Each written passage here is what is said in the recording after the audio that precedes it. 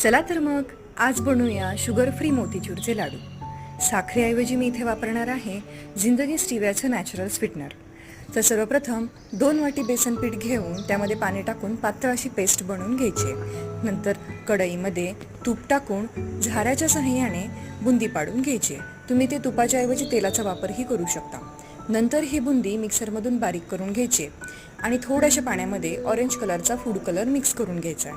नंतर एका नवीन पॅनमध्ये 1 वाटी पाणी आणि अर्धी वाटी असं जिंदगी स्टिविया नॅचरल स्वीटनर टाकून बॉईल करून घ्यायचं आहे।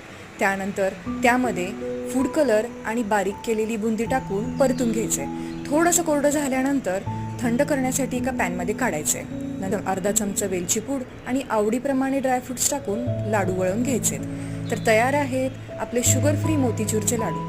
एकदा नक्की ट्राय करून पहा आणि अशाच नवीन रेसिपीजसाठी माझ्या चॅनेलला फॉलो करा।